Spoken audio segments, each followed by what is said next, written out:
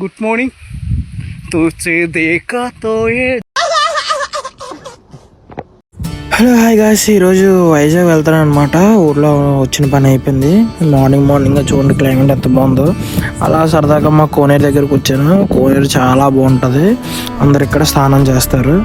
So పని అయిపోయింది, start అవుతాను. ఎలా చూస్తే వర్షం అనమాట. సరేలే ఇంక వర్షంలోనే స్టార్ట్ అయిపోయాను. అలా కొంచెం దూరం వచ్చిన తర్వాత తగ్గింది. ఇక్కడ చూడండి ఎంత బాగుందో క్లైమేట్. అసలు వచ్చిన అన్ని రోజులు మాత్రం క్లైమేట్ చాలా బాగుంది ఇక్కడ.